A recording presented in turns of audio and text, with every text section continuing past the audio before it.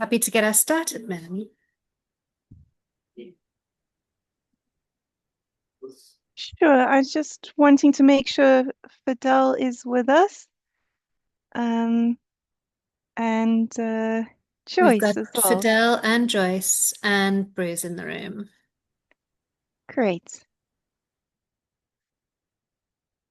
Great. So it's wonderful to be here with you, and thank you for your interest in the African Court of Human and People's Rights advisory opinion on the climate crisis, and specifically your interest in our submission that we're hoping to make, having applied to be admitted as a friend of the court, which seeks to bridge climate science, economics, and human rights knowledge to propose new ways of thinking about duties of states in the African court as it considers the climate crisis.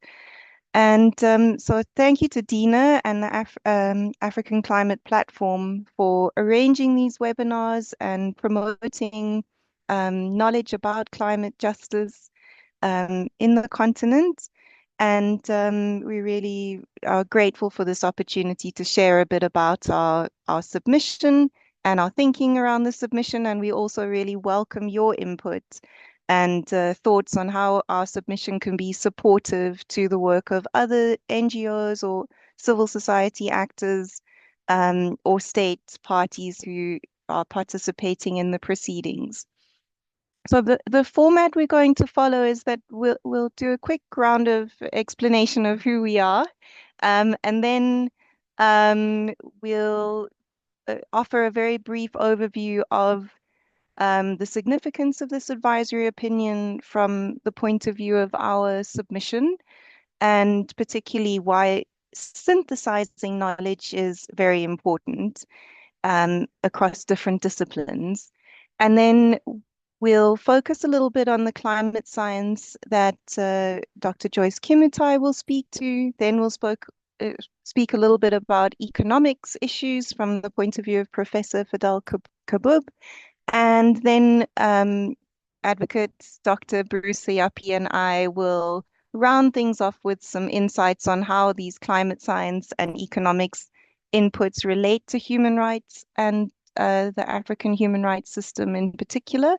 And then we'll open it up for discussion. So we hope that sounds like a good program, and we look forward to engaging with you. Before I hand over to Advocate Dr. Bruce Liapi, I can tell you a little bit about who we are. So we are a group representing the Kenya Meteorological Society. So we are collaborating through the Kenya Meteorological Society with thanks to funding from the File Foundation. The Kenya Meteorological Society is a professional scientific body established in the late 80s to advance meteorology, climate science, and related environmental disciplines.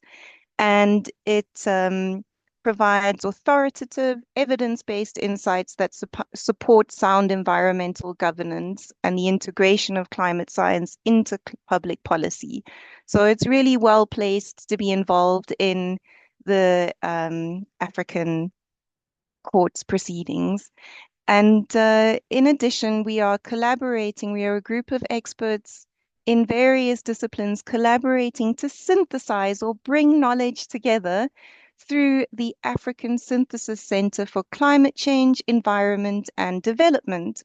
And that center is based at the University of Cape Town and the African uh, ACDI, African Climate and Development Initiative at the University of Cape Town. And so we're a team of lawyers, scientists, and an economist who are coming together to bridge knowledge.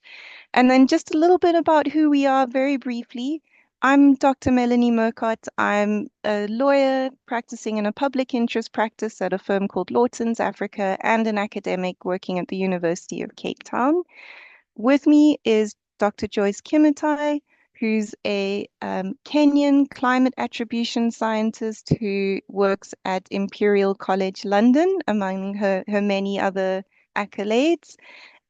Professor Fidel Kabub, who is a professor in economics at Denison University, and Brewster CRP, who is an advocate at the Johannesburg Bar and also a very well recognized academic in environmental law and particularly in the African region. We're also supported by two other climate scientists, Portia Adade, who's sorry, I'm just getting to her details. Adade Williams, who's a senior research scientist and head of the environment unit at CSIR STEPRI in Ghana, and Dr. Chris Trisos, who is a South African climate scientist who directs the Climate Risk Lab and Ascend at the University of Cape Town. So that's a mouthful of introductions.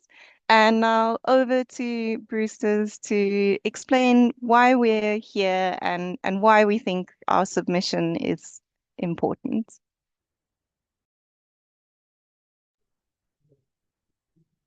Thank you very much, Melanie. Am I audible?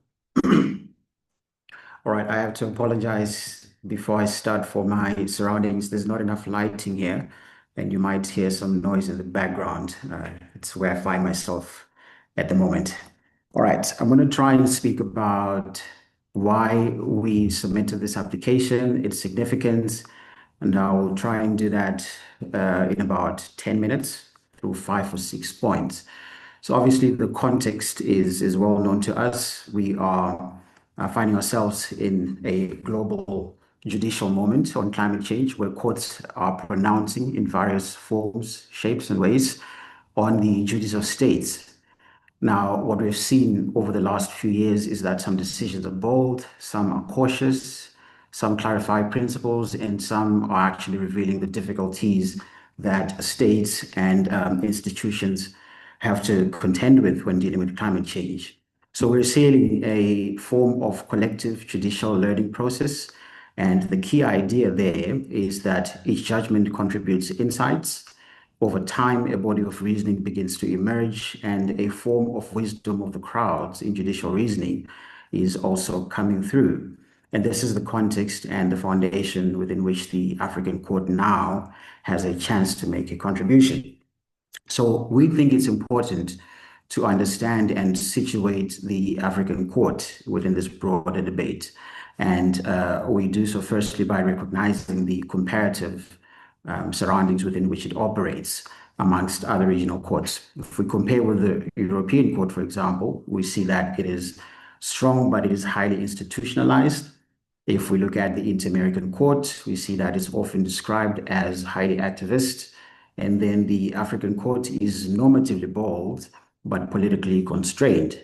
So what it means is that even though at times it makes decisions and interprets the Charter in ways that could be considered progressive, it still operates in a political landscape which is mired by sovereignty concerns, which remain strong. I mean, I'm from a country where we were responsible for the disbandment of the SADC tribunal because a decision was made against us. For those who are uncertain, I come from Zimbabwe. So obviously the question then is, what could the court ideally say, given this context which I've just given? And what we're saying is that the court can realistically give what we call an expository form of justice. And perhaps I'll speak to that towards the end. The third thing is that our view is climate change cannot be understood through abstract models alone, but it must be understood through lived realities. And we've got many examples to this effect. For example, we know of prolonged drought affecting agriculture. We know of floods damaging infrastructure and homes. We know about shifting rainfall patterns and the pressures on water, energy, and livelihoods. And what we see then, and what we have perceived of these difficulties, is to put up an approach that accepts that climate impacts intersect with 1, development challenges, 2, economic structures, and 3, historical inequalities. For that reason, climate change in Africa is about the intersection of these 3 things. In other words, it's the intersection of climate risk, development pathways, and human well-being. And we think the African Charter and the African Court is well placed to decide on this because the African Charter already protects the right to life, the right to development, and importantly, the right to a satisfactory environment favorable to people's development. So what is the question? The question is, how should these rights be interpreted when climate change shapes the conditions under which they are enjoyed? And this is where we come in with our synthesis team that tries to bridge science, economics, and the law. So obviously there's multiple forms of knowledge, and we admit and we put across an argument that this is exactly what is required for the kind of conditions we find ourselves in. So if we think about climate science, we know that it explains physical processes, greenhouse gas accumulation, temperature changes, rainfall variability, extreme events. And then from the economic side, we know that we can explain structural realities like development constraints, fiscal limitations, transition costs, economic vulnerability. And then there's the law. Given these realities, these scientific and economic realities, what obligations arise from the law? So then it becomes a key intellectual task. And our duties is to then synthesize and translate this in a way that courts would find amenable and ready to adjudicate on. So the purpose is really to assist the courts in understanding the context within which these rights operate. So my colleague has already explained who we are. There's 5 scientists and me, and we will try in responding to Palu. I won't speak too much about the actual requests, but our interventions, we hope to address 5 specific aspects from Palu's submission. The first one would be in paragraph 94A and D, and it speaks about prevention and due diligence. Our submission would be to try and explain how attribution science helps determine when climate harm becomes foreseeable. And we hope to show how we can shape states' due diligence obligations. The second submission concerns adaptation duties, and you find this in Palu's paragraph 94D.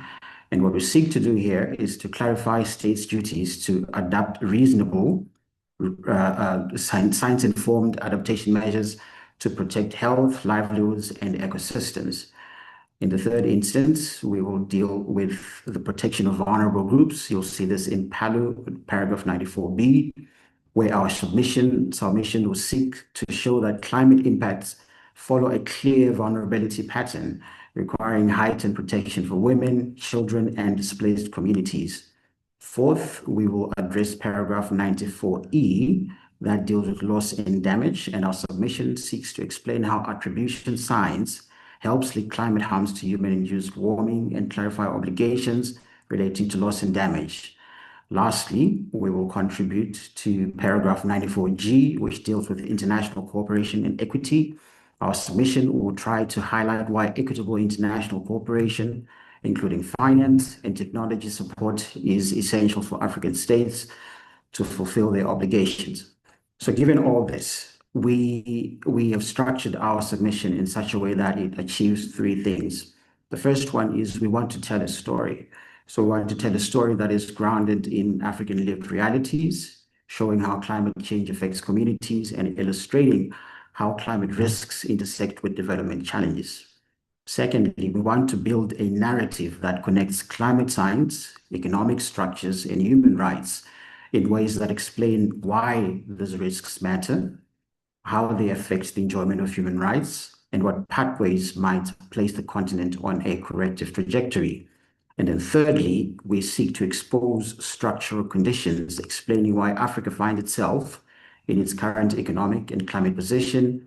And our role here is really not to assign blame, but to really illustrate and to illuminate the development constraints we face, the structural vulnerabilities, and also the historical and economic realities, which we cannot run away from, and which even the judges themselves find themselves exposed to. So because context matters, our argument is basically that the scientific context matters, the economic context matters, and the lived realities matters. So in closing, again, as I mentioned earlier on, the goal is not to prescribe answers to the court, and we want to be very clear here. We will stay clear from any kind of submission that seeks to prescribe to the court, but the goal is rather to assist the court by presenting an integrated narrative, a narrative that connects science, economics, human rights, and lived realities. And with that, I will hand over to the actual experts to explain how we seek to do that. Thank you. Thanks, Bruce. Over to Joyce. Thank you. Thank you very much, Melanie and Bruce, for that very interesting introduction to our session this afternoon. Let me try to share my screen.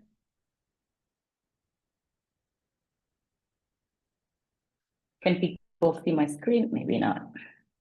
Just a minute. Can people see my screen? Yes. Thank you.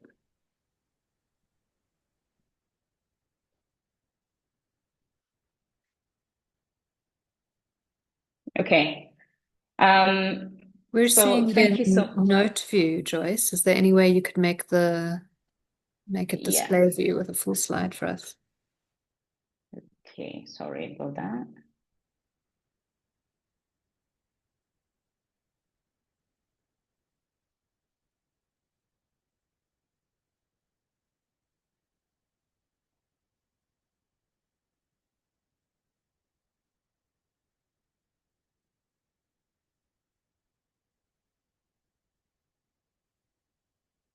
Just a minute.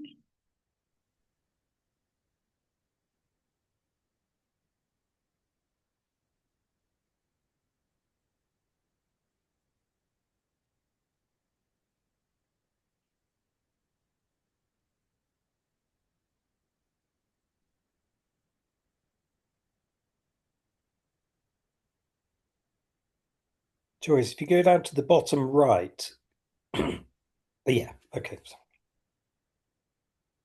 That's Is that perfect. better? Yes, That's perfect. good, thank you.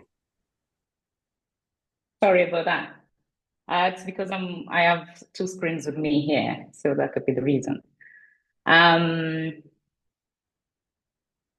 Sorry.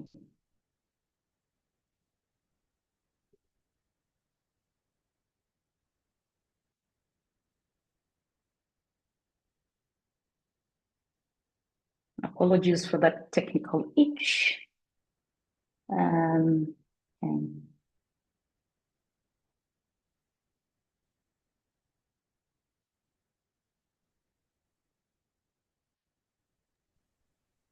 then we've lost your video, but I think it's all right if you want to go ahead.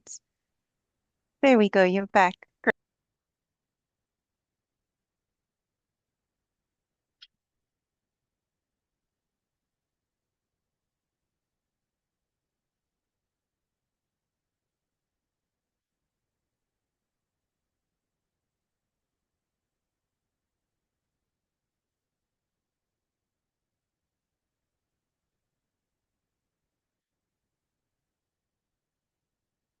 is that okay now? Perfect. Perfect. Perfect. Thank you. Sorry for that. Yeah. So yeah, I just started by thanking my colleagues and friends, Melanie and Bruce, for the very interesting discussion and the introduction of the team and the work that is ahead of us, and really to thank everyone as well for joining us this afternoon. So my name is Joyce Tumutai, and I'm part of the synthesis team that we're supporting submissions by governments and civil society organizations who are planning to make submissions to the African Court of Peoples and Human Rights when they are planning to make the issue an advisory opinion on obligation of states on the climate crisis.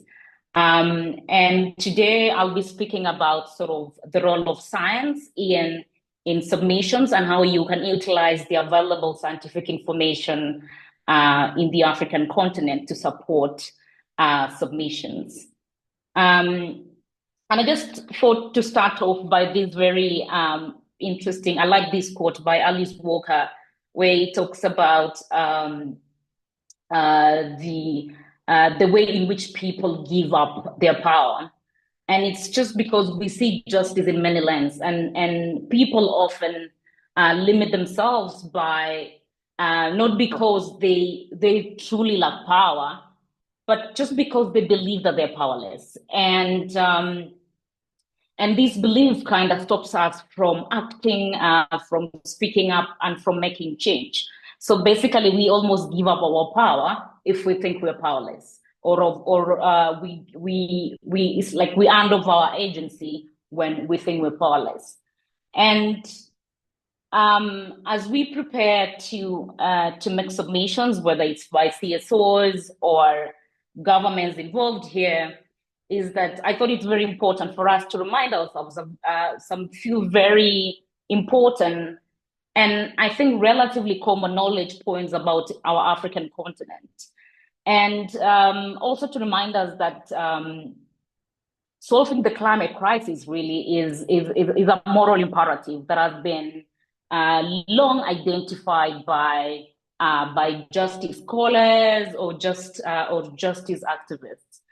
So basically, in our African continent, we know that there's a confluence of a number of issues, which is intersecting issues of biophysical exposure, developmental constraints, and financial vulnerability that are really heavily influenced by legacies of colonialism. And we quite know as well that our continent is responsible for less than 4% of emissions. And while we see that global warming is happening at a faster rate than the global average. And also we know that our continent is a home of 36 out of 46 least developed countries. And it's widely faced with the task of bringing millions out of poverty, expanding industries, and urbanizing. And in this continent as well, we know that at least 560 million people are without electricity, and close to 1 billion people have no access to clean cooking. And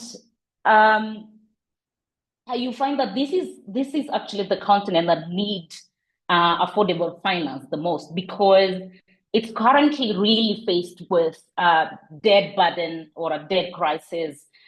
It still disproportionately receives low climate energy investments, and it's quite volatile to fossil fuel markets or changes in fossil fuel markets. Or like vulnerable to the sort of the volatility in that market. And yet also we see that the cost of capital is close to 7 to 10% higher if you compare with countries like US or countries situated in Europe. And but also you might want to ask yourself why we see a rise in climate litigation at the moment. And I've just picked out 2 or 3 points that I come across every time I interact with people in my field and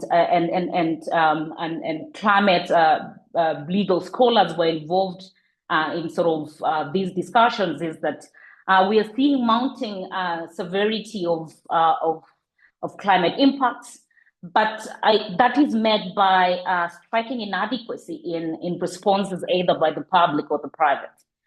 And the other issue is on the UN climate policy processes, but like the UNFCCC, where people see a lot of lag or trust in how that process is being carried out. And a lot of people have been asking 31 COPs later, what exactly is happening? And people also think that pursuing cases or strategic lawsuits would bring more broader societal impacts that will benefit sort of the broader society, other than just protecting individual plaintiffs of claimants.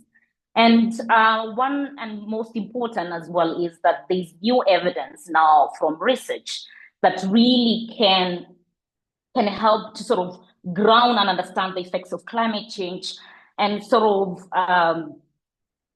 show how bad faith actors who have historically been casting doubt on climate science to delay climate action can now be held accountable and liable for their activities.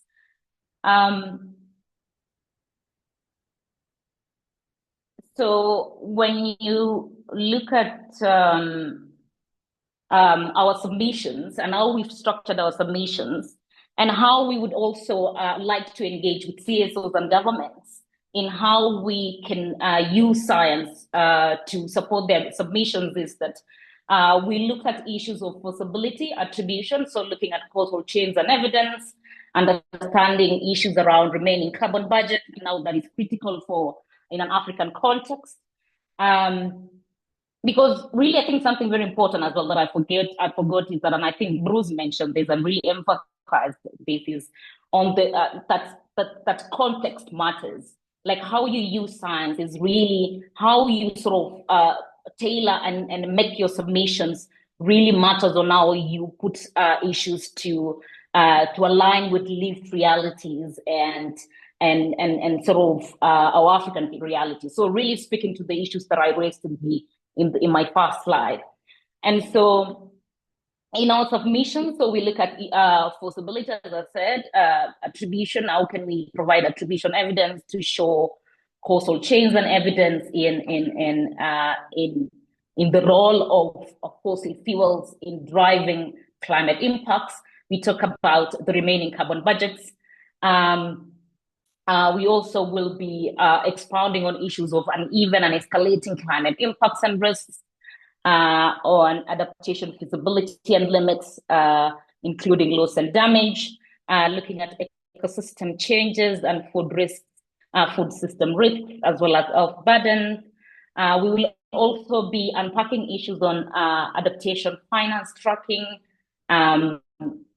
looking at governance in adaptation across our planet, across our continent, issues on equity and inclusivity in climate action, as well as just and equitable transition. We will also be unpacking issues of structural or economic conditions. These would speak to issues of what does the international law say in relation to debt repayments and human rights protections. And also, we will be highlighting the need for investment in African climate science or African science, scientists and research institutions. And we think these are very critical for the African continent to be addressed as the court prepares to issue its advisory opinion.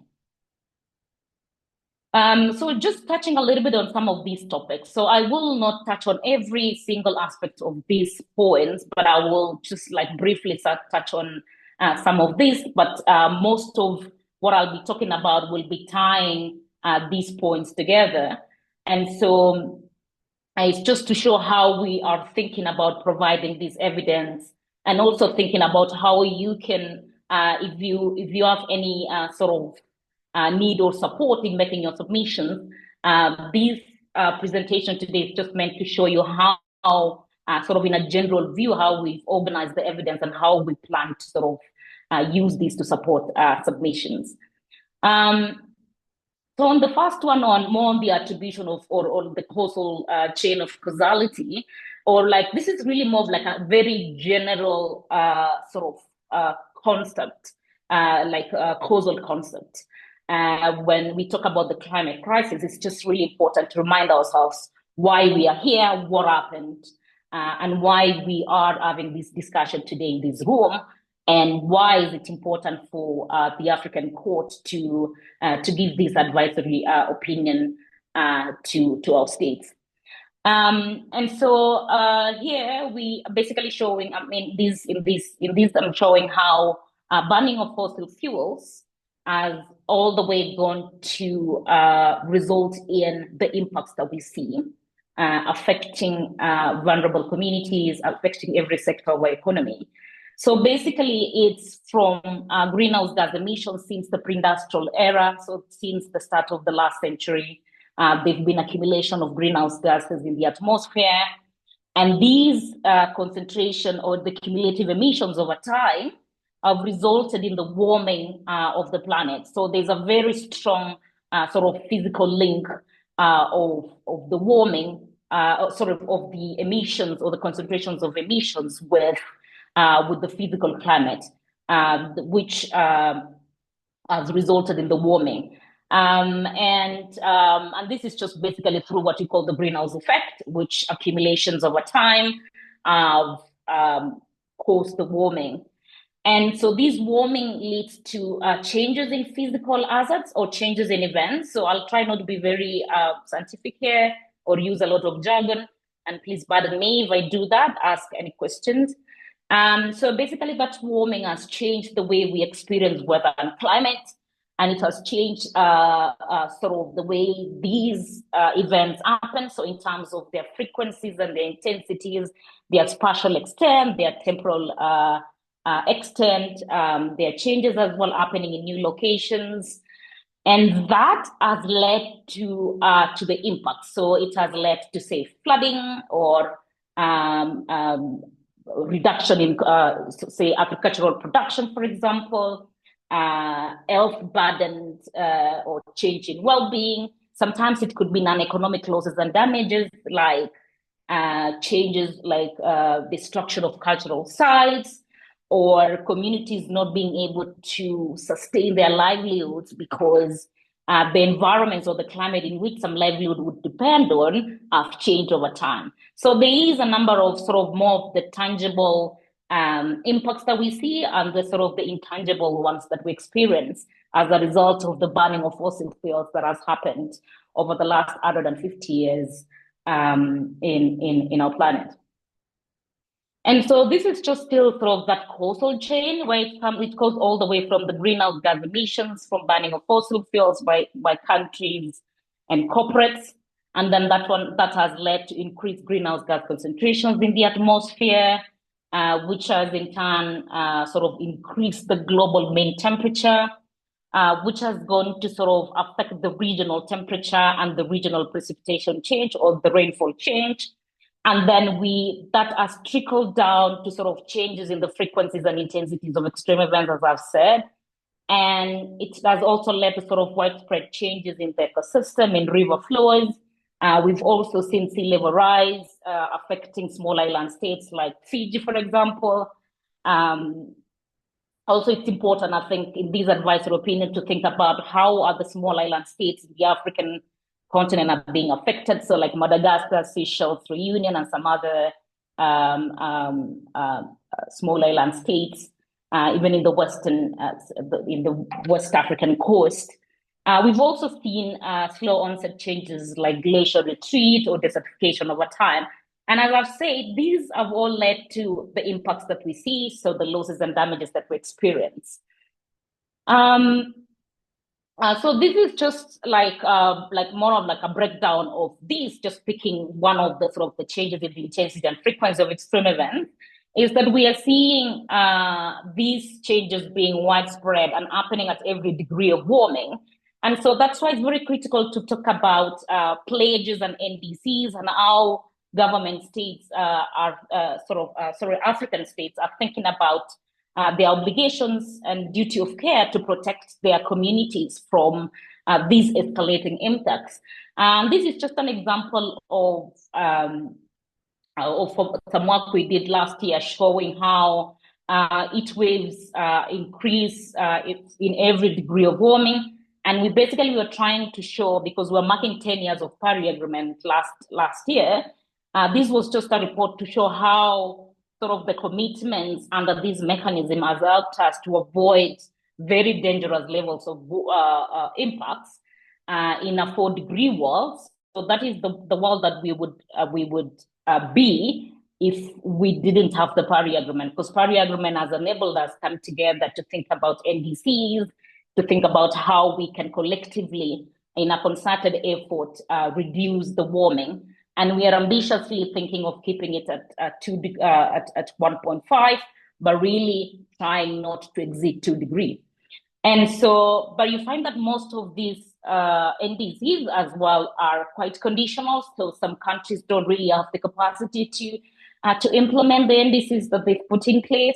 And so there's a lot of all these aspects about conditionality of these NDCs and what does that mean, especially for the African states. I just thought to throw out some examples of attribution studies. I mean, if there are CSOs or governments who are planning to make submissions and they are thinking, hey, are there any studies in the African continent that really links emission of greenhouse gases or warming of the atmosphere to the particular weather and extremes that they've been facing and affecting their day-to-day life and affecting their communities? These are some of the studies that have evidence put on them, and you can use some of these evidence to sort of build to strengthen your submissions. This is just a continuation of that. So there are heat waves, floods, and droughts, and all of these have been attributed to the warming of the planet. So just to talk a little bit about the aspects of the cost of adaptation with increase in global mean temperature. So basically, what we see in this figure is that with effective adaptation, the cost of climate change will be significantly reduced. So it means that then that we have to really think about how we want to articulate issues on adaptation finance. Why is it important to have effective adaptation?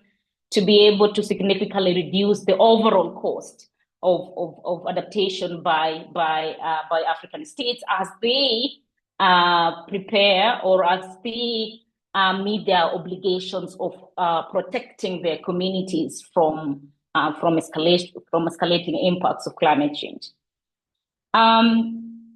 But even on that, it's just important to say that at the moment, it's quite unfortunate that adaptation is hugely underfunded. And the poorest countries, of course, or the poorest regions, or the poorest communities, or the most vulnerable communities are really at the forefront of the crisis, and they are suffering the most. And these are two adaptation gap reports. This is the report from 2023 and 2024. And these are sort of the headline statements from those reports saying that adaptation is underfinanced, we are underprepared, and this leaves the world exposed. And unfortunately, it's because if you look very critically at the 3 pillars of climate action, you'll find that there is an imbalance. So adaptation is lagging, especially in all areas. I mean, in all areas really, on planning, finance, and implementation. And a lot of resources or global resources have been put on mitigation. And so for most investments have gone to mitigation, and very little have gone to adaptation. And also what you see now is that there is estimated close to 400 billion per year needs on loss and damage needs. But the new funding mechanism on loss and damage has only pledged $600 million, and we only have $300 million, which is available for these communities. So it's really quite insignificant.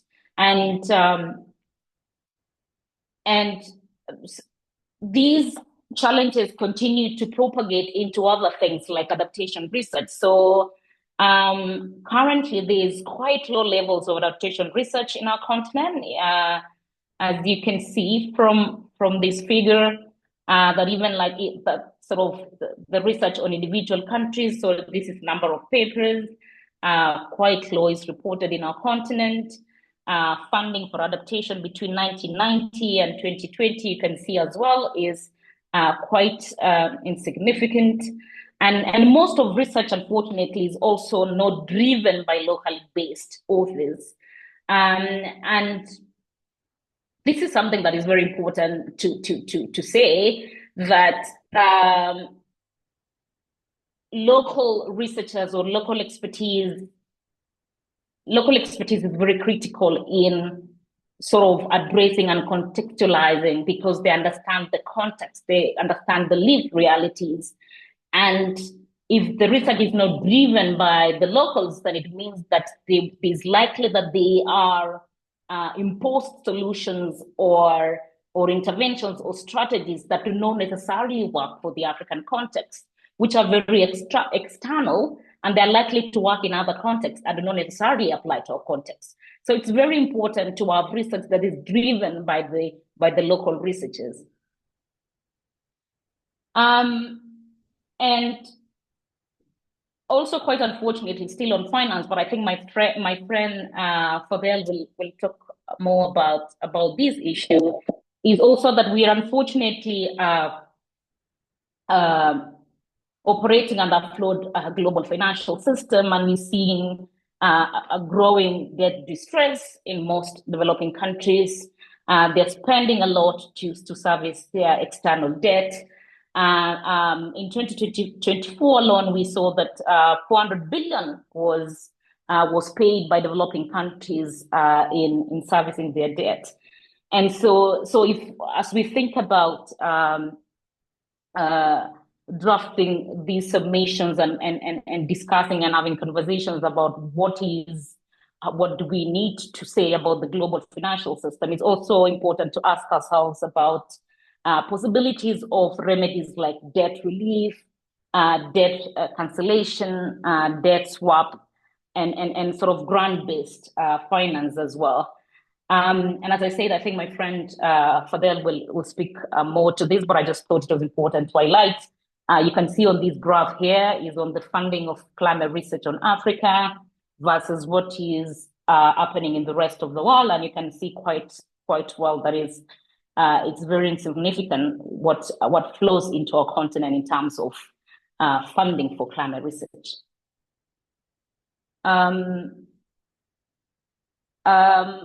So we also still see a lot of these sort of, and I started my talk today with talking about the challenges that we face, that they're largely shaped by colonial legacies.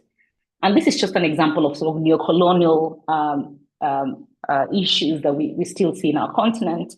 And there's unfortunately new scramble for resources. We still see extractive industries, pressures on fossil fuel expansion, and in most cases that fossil fuel is exported raw and imported refined. So it disproportionately sort of it doesn't help the communities really. So we are having mechanisms or systems or frameworks that do not really benefit the communities. And I just gave an example here of a very interesting statistic that was given by a report here by Oxfam and Abe and Azubike here about Tesla earning close to 303,000 USD in profit by electric car, which contained roughly 3 kgs of cobalt mined from DRC. And for each of these vehicles, DRC receives less than $10 in royalties, and a miner earns just $7, meaning it will take this miner close to 2 years to earn what Tesla makes from a single car. So that's just mind blowing. And the other one as well is on sort of the false solutions that we see, and we really need to think about how do we tighten frameworks to ensure equitable and just transition. So we see the carbon markets craze, and I'm not saying carbon markets is entirely wrong. I'm just saying that I think it's important to think about if these solutions really benefit the people or continue to bring more harm to communities who are the front line of the climate crisis.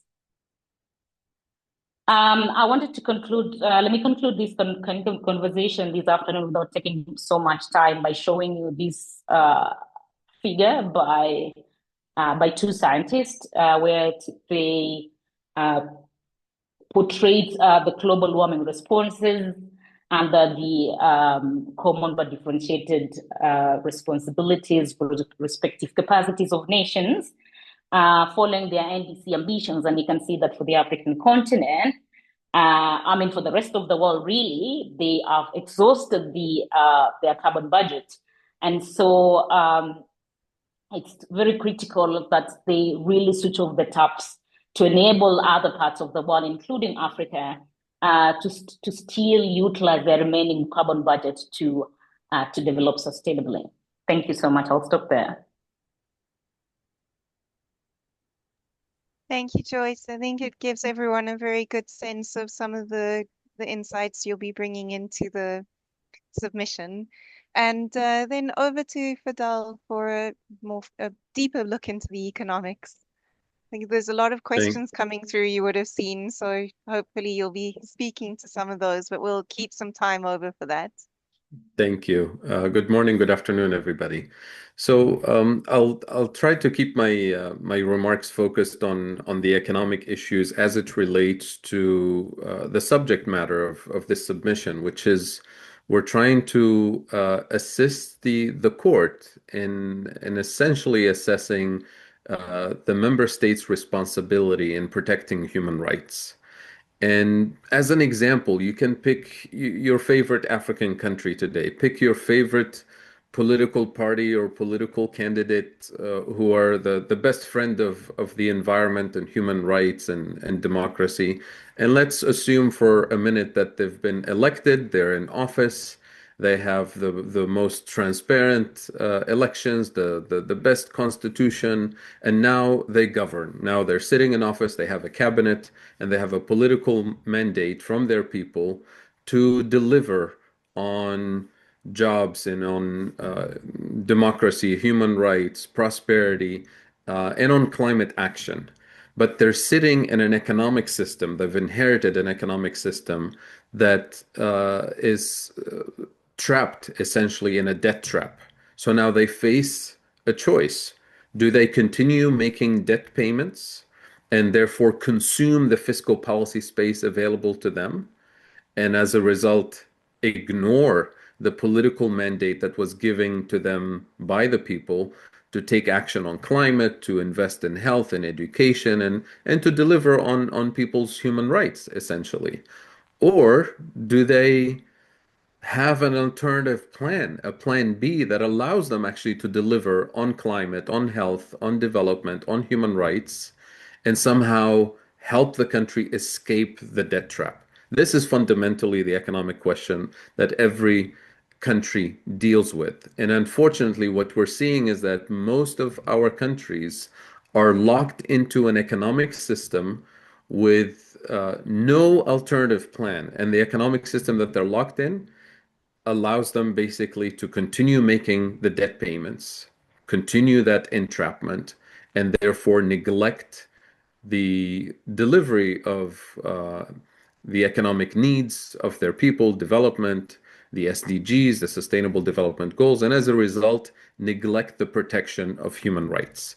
This is fundamentally what I want to address. So what are those economic lock-ins that prevent member states from protecting human rights?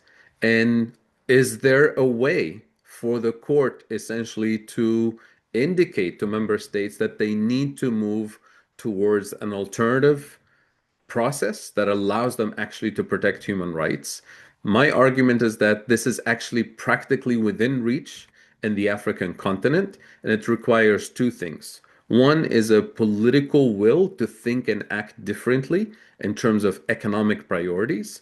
And two, it requires regional, even better, continental coordination, South-South coordination, because no country can do this successfully alone. So cooperation, coordination will actually accelerate the delivery of human rights and development and prosperity on the continent. That's really the main message that I want to deliver today. And hopefully this will come through our synthesis work. So what is the lock-in?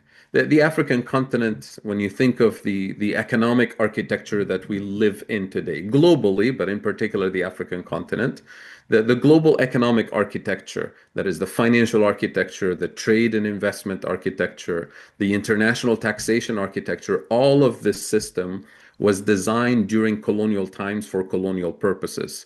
The World Bank, the IMF were set up during colonial times, and the rest of the economic architecture was set up based on not the interest of the newly independent countries, but really based on the current economic and geopolitical hierarchy. And the thing about colonial economic design, it was designed to assign a particular role to the African continent, and that role, I argue, we continue to play to this day. Number one, Africa was supposed to be the consumer, not the producer of industrial output and technologies from the global north. We continue to do that in our large market and even larger market moving forward. Number two, Africa is supposed to be the producer of low cost or cheap raw materials to fuel industrial development in the rest of the world. We still play that role to this day, especially when it comes to strategic minerals and all of that. And number three, and most importantly, Africa is supposed to be the place where obsolete technologies, assembly line manufacturing that is no longer needed in the industrialized world is outsourced to us under the label of development and cooperation and job creation. But effectively, what it does is that it locks us permanently at the bottom of the hierarchy. And that role we continue to play to this day. So you have a colonial economic system that assigned a particular role to us that persists to this day. And let's remember, I don't think I'm bringing any news here. Colonialism was not designed for development. Colonialism was never designed to deliver human rights. It was never designed to deliver justice or democracy or equity or any of this. Colonialism was hierarchical, abusive, violent, extractive, you know the rest of the adjectives. So the argument here is that we are not going to be successful in delivering human rights or development or justice or democracy unless we unlock and undo that particular economic rule that was imposed on us. And here the message to member states is your failure to deliver and protect human rights is directly related to the economic lock-in that we're trapped into.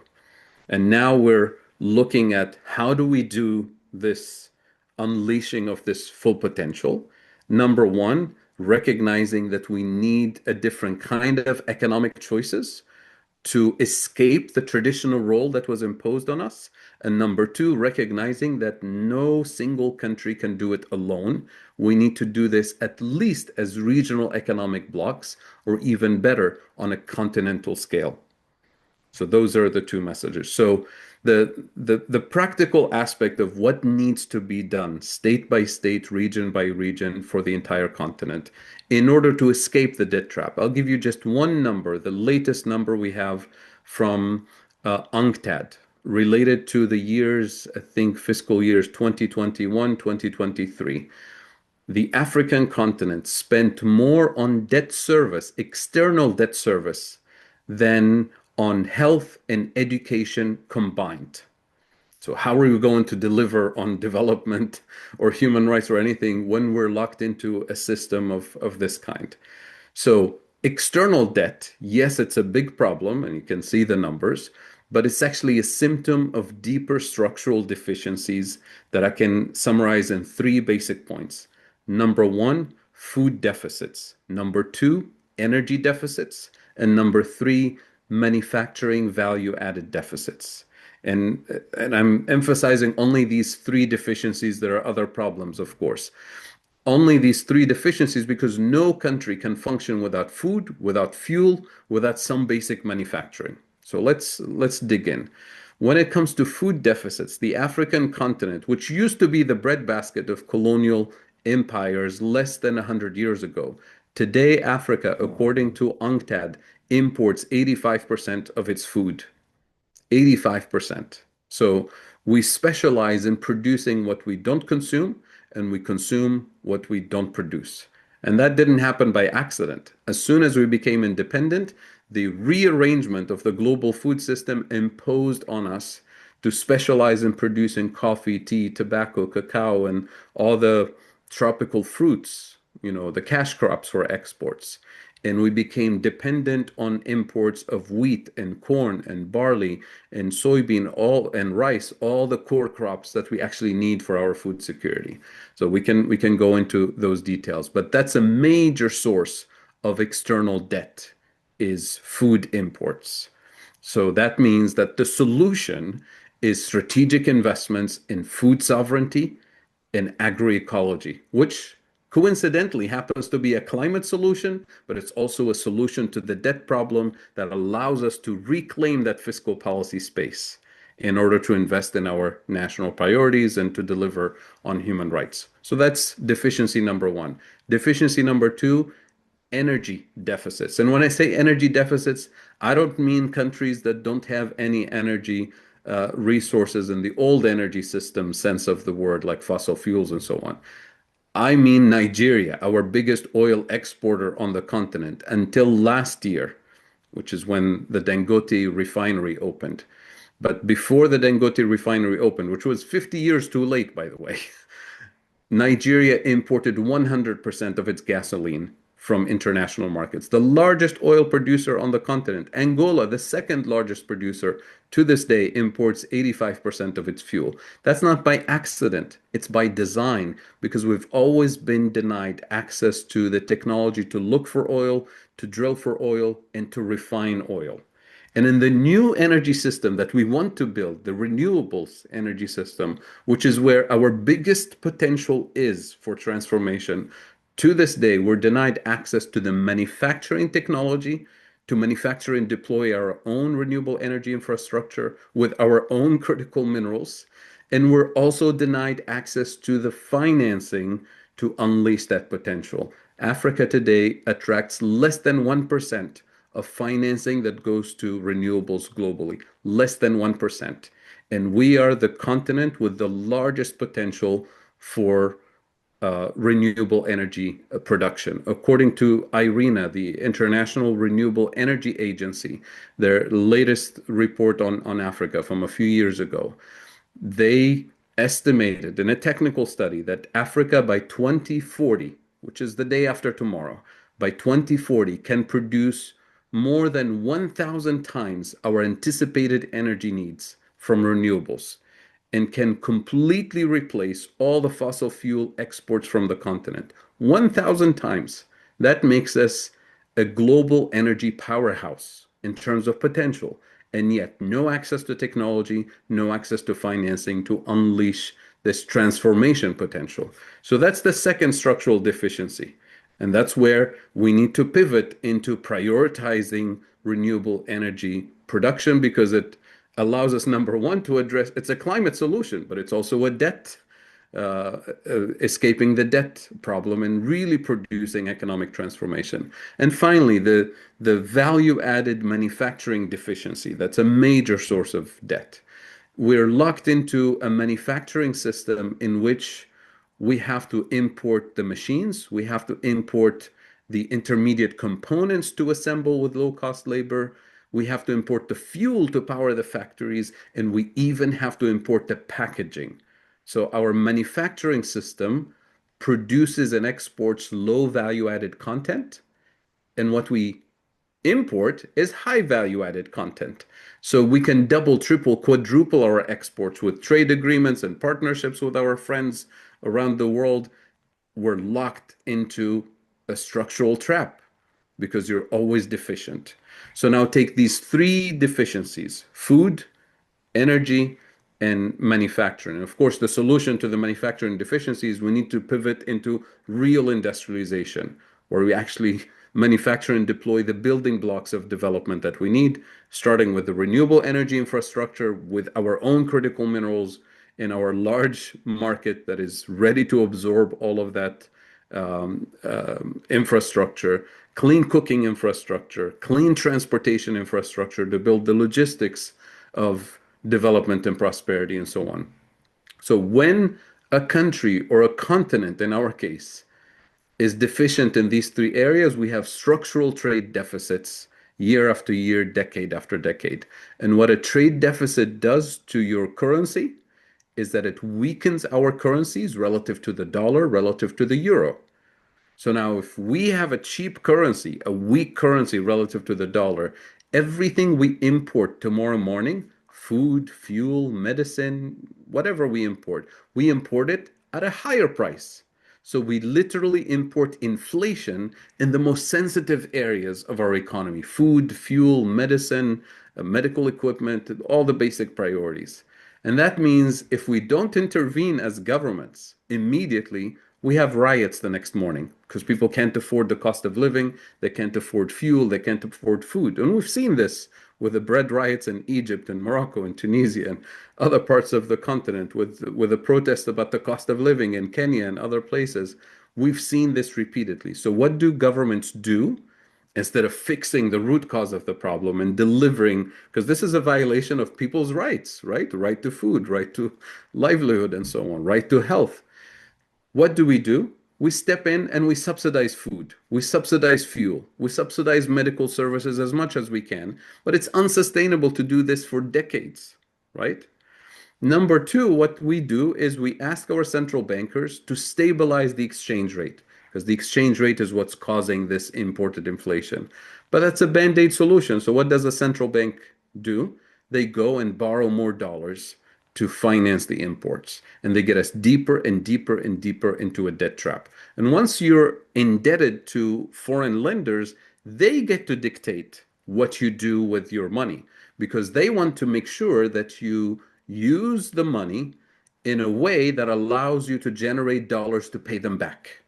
So what they want you to do is not invest in health and education and human rights and climate action. They want you to invest in the quickest way to generate dollars to pay them back. And that is extractivism.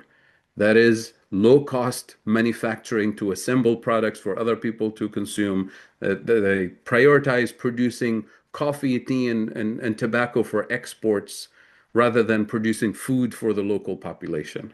And now, even in the renewable energy system, they want you to produce green hydrogen for exports, not green electricity for your local consumers. So that is the entrapment that we're talking about. So escaping this economic model requires South-South cooperation. Not every country can restore its own food sovereignty and produce everything, but at the regional level, we can build towards food sovereignty.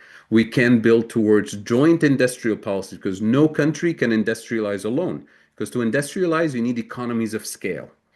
Economies of scale, which means you have to have a large market of 500 million consumers to hit the economies of scale, which we do have at the regional level. At the continental level, we have that. We have the advantage of the complementarity of resources and capabilities. We have the youngest population on the planet, on this continent. What is lacking is real coordination, to coordinate industrial policies, to coordinate agricultural policies, to coordinate renewable energy policies, and to use our collective leverage as a continent. We're the size of China, except potentially richer in resources and potential. To use our collective leverage to compel our external partners to partner, as in real partnership, share technology, right? We're denied access to life-saving technologies to manufacture and deploy the building blocks of development and prosperity that will allow us actually to deliver on human rights and to deliver on climate and so on. So that is the framework, the economic framework that our member states need to start thinking about. And that's the only way out of this current entrapment. Failure to do so means that they'll prioritize paying external debt and neglecting delivering on climate, on energy, on food, on health, which means they will continue to throw human rights under the bus. And the court needs to shine a bright light on this and show that, hey, there is actually a pathway for you to deliver on your responsibility, but you're trapped into this colonial mode of thinking about economic priorities. And to escape it, you need to recognize it. To escape it, you need to coordinate with other member states to collectively transform the continent and protect human rights. Thank you. Thanks, Fadel. So we've got many, many questions and only about 20 minutes to cover them. So I'm going to start with Bruce, over to you to answer the question directed at you on common but differentiated responsibilities. Let's try to keep our answers as succinct as we can so we can deal with as many of these questions as possible.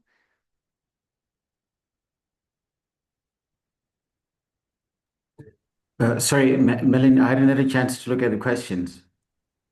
Oh, it's just the one that I tagged you in, on common but differentiated responsibilities. Right. I'll take you back to it. Okay. So this is from Fernand, and apologies if I'm mispronouncing the name, but they say, I would like to know if it's possible to draw on science in relation with the CBDR principle as it touches on my amicus.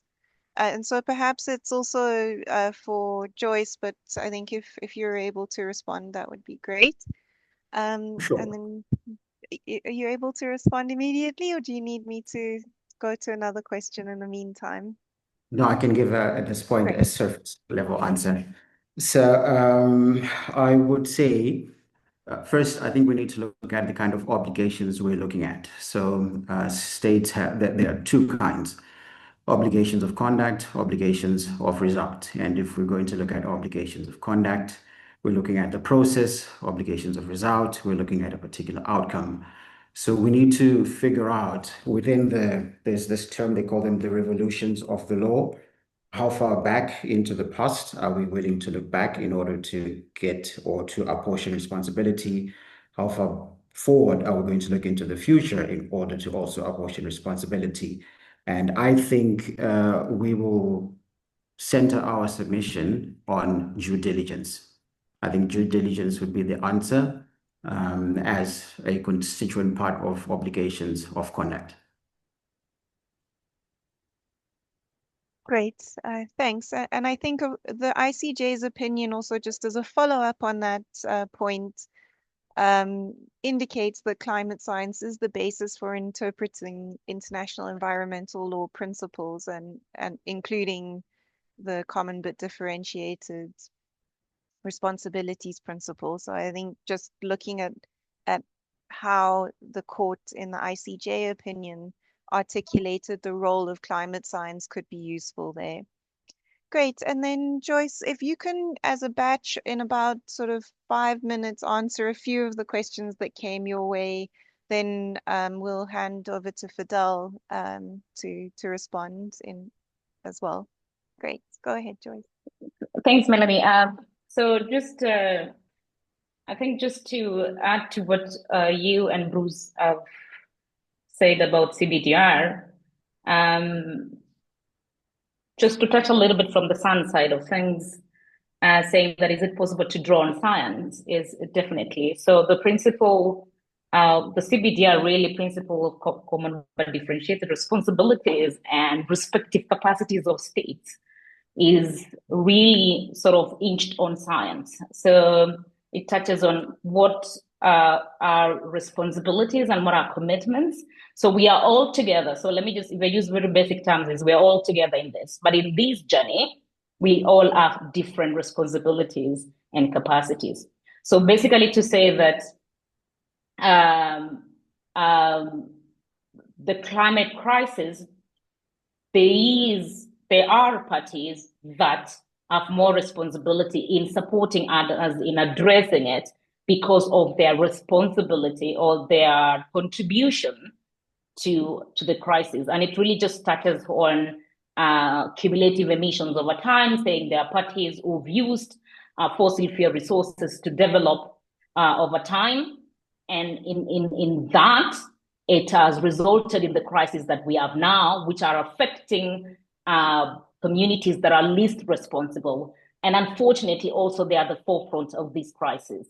And so in that case, it means there's an imperative, like a just imperative for these countries to actually, for the high emitters or the countries that are responsible to support the least responsible countries to address the crisis. Great. Thanks, Joyce. Fidel, or Joyce, did you want to respond to a couple of the other questions? So there's one about whether you, to what extent you envisage commenting on carbon budget, or rather not carbon budgets, carbon credits as a false solution. I don't think our submission's going to get into carbon credits in any detail, just to address that. I think we're more hoping to lay out a framework that's scientifically and economically grounded on how states obligations can be developed with reference to due diligence obligations and cooperation obligations. As Bruce pointed out at the beginning, seeking to assist the court rather than tell the court what it should do. So give information that helps guide on what are appropriate adaptation and mitigation approaches, and cooperation obligations in light of the challenges that the experts have spoken to. Yeah. Yeah. So Go ahead. I agree with you, Melanie, that we're not trying to be policy prescriptive, but we're trying to be policy relevant. So basically, we won't be imposing or asking states to do particular things or to enforce on certain policies, but we're just going to use the science to help them make policy relevant, make informed decision based on science. So on this point,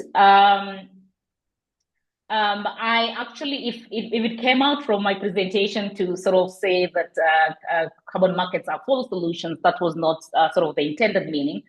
There is a very wide and broad discussion in the international community, on the international scientific community, about considerations, equity and just considerations in the current scenario. So the socioeconomic pathways that we use now. So basically thinking about our collective effort going forward. There is a lot of considerations. There's a lot of issues around equity and justice that have not been factored in the current scenarios that we use. And basically it also touches on the issue of remaining carbon budget. And so this solution on carbon markets, there are scholars who have sort of challenged it to say that it's likely to result in shifting decarbonization burden to the global south and sort of committing the global south land to sink carbon, which this is the same land that is actually used to produce food and water and other very critical resources. So, and it's just around that discussion that some scholars think that carbon market is not really a true climate solution, but it's likely to harm communities rather than benefit them. And so that's why you saw in my presentation, I highlighted the point on frameworks that will ensure that these mechanisms actually benefit the local communities.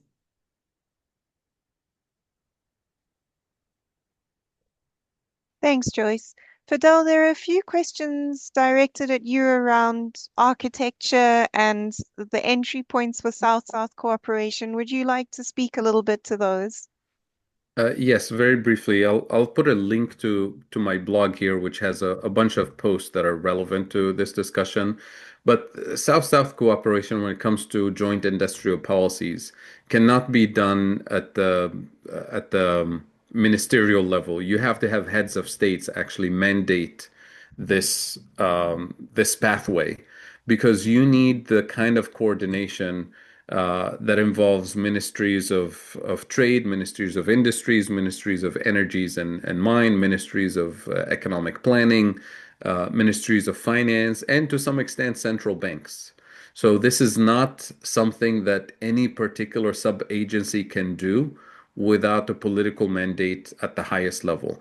But there's a role for think tanks and civil society and trade unions and frontline communities and jointly co-designing an industrial policy that actually works for the African continent, because we don't want to reproduce the same kind of industrial system that we currently have.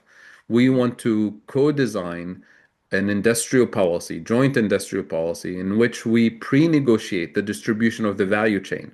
We pre-negotiate the distribution of the profit share between workers and owners. We pre-negotiate the ownership structure, because this is going to be joint industrial policies, and we pre-design it so that we're by design introducing the ESG standards, not developing the industrial policy and then adding the ESG standards as an afterthought, which means you have to start working with frontline communities from day one in the design stage to make sure that the kind of extractivism that we've seen in the current industrial development system is not going to be reproduced in this kind of South-South joint industrial policy. So there's quite a bit of work that's being done, and I'm happy to share some of the resources if people are interested. But I dropped a link to the blog in which I post frequently about these issues. Thank you. Great, thanks. I saw that there was a hand raised by Craig, who's also raised several questions. So I think, Craig, give you a couple of minutes to summarize your key points. And then Joyce, there's a question from Kelly about carbon budgets and whether our brief will address the fact that high emitting countries don't have budget left. So while Craig is giving us some insight, maybe you could think about that one. Over to you. Thank you. Yeah, these are genuine questions. I'm not a lawyer, so this is an important point, and I've not engaged in such processes. So mine are actually genuine questions for the understanding of the amicus specifically. So there's kind of the production of the amicus and its purpose, and then there's these much larger things going on, and some, Fidel, 100% support what you're saying. It's inspirational, actually. From my time working it. But my real question is, in terms of what we're producing for the court, is our primary aim to come up with some sort of statement that says, yes, there is obligation, and those obligations are addressed around these things? Will we dilute that if we then say, and we expect structural economic changes, and which is us telling the court what needs to happen? So it's not in any way a disagreement with what's being said. I'm trying to understand our strategic purpose in this action. And is it that what we do is we win that first argument? Yes, there is obligation, and these are the nature of the obligation. How you go on to address those obligations may be the next action that comes out of it, and we step it. Or are we more prescriptive and we say, it's clear there's obligations and this is how we would address it? And so I'm trying to understand the depth we're trying to whip, because there's a strategic, we've got to box a little clever here. Yeah. If we're aiming to win one thing and there's an argument, because I can see states saying, yes, I see what you're saying, but if you're telling us we have to restructure post-colonial economics across Africa, that's too big for us, and we could, sure, but let's not think about that now. Or do we want a small win? And I'm very happy to go take advice on that. Mm-hmm.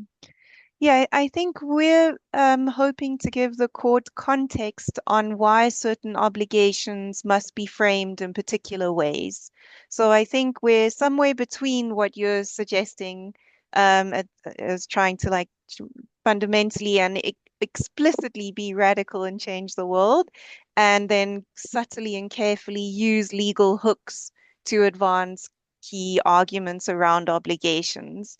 So the economic realities that Fidel has outlined and the scientific realities that Joyce has outlined form a rational basis for the court to articulate certain obligations that then have knock-on effects for what states need to do at the level of policy and implementation. So I think that that's the space we're playing in.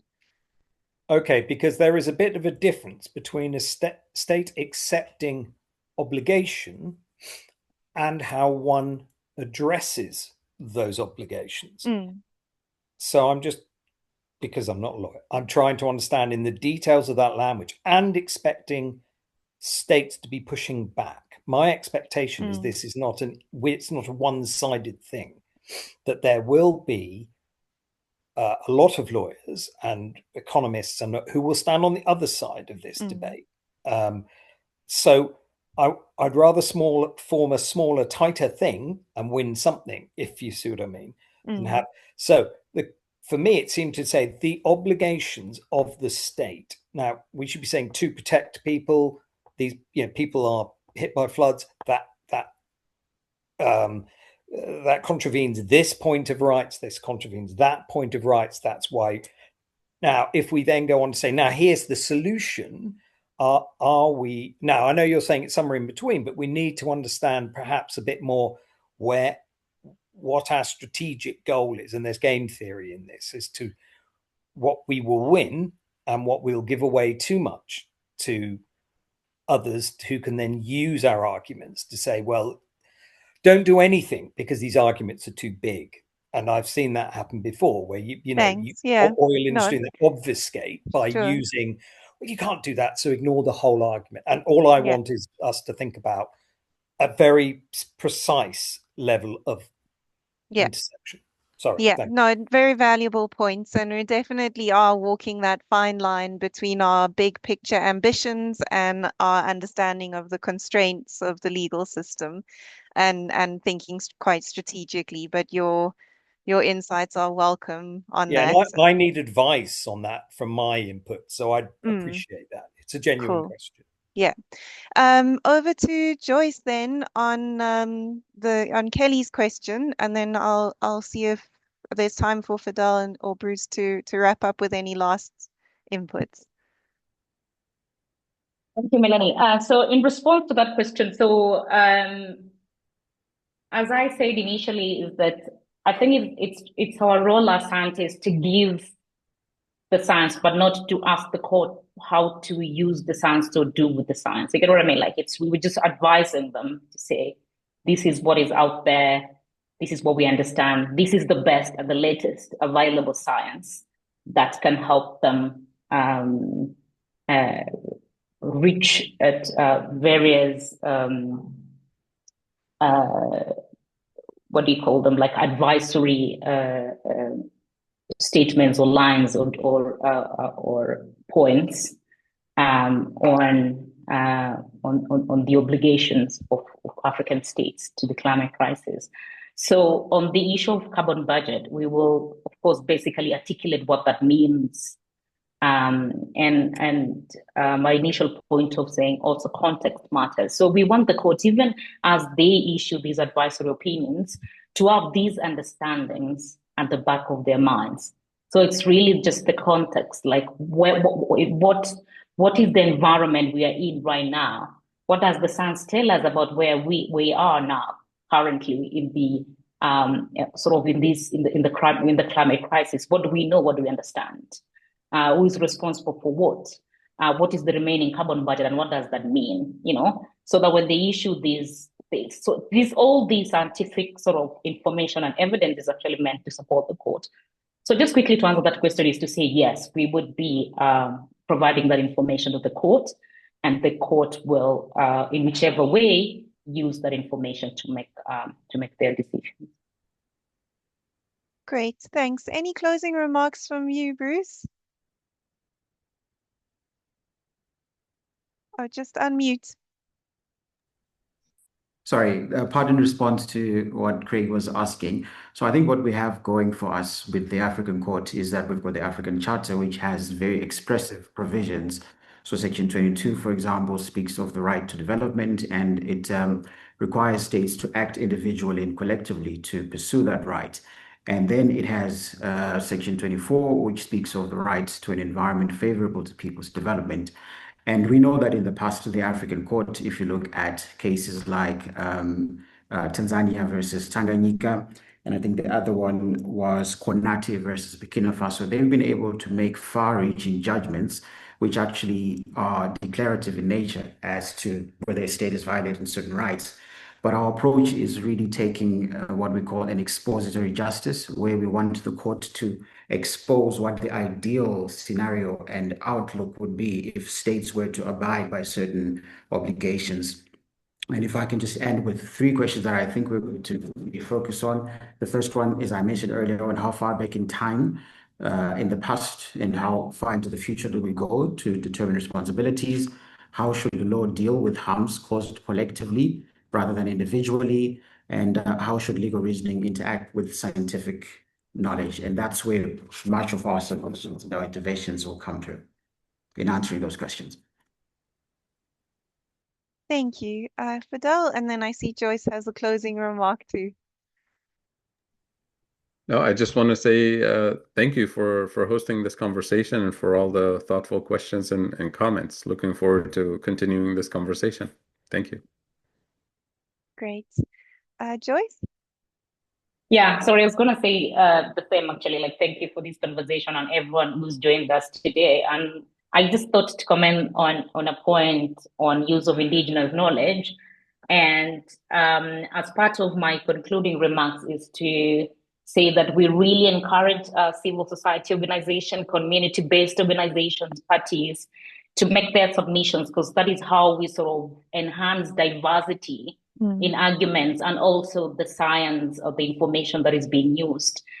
Because we know there are CSOs and CBOs that have been working at sort of at the grassroots levels with communities, working on locally led adaptation initiatives, for example, and or like working with like sort of indigenous communities like El Chamos in Kenya or other parts of the country, of the continent. And so it would really sort of enable use of sort of the diverse ways of knowing and knowledge that exist in the continent, sort of to enrich and to speak to the lived realities of the continent. And also another concluding, this is more of an ask, is that we would also like to hear from those parties and CSOs and CBOs that are making submissions, whether we can engage with them, whether they want to speak to us or we speak to them. We just want to have a conversation to know what are some of the challenges you're facing and how do you intend to strengthen some aspects of your arguments that maybe you feel you need more help or support. Thank you so much.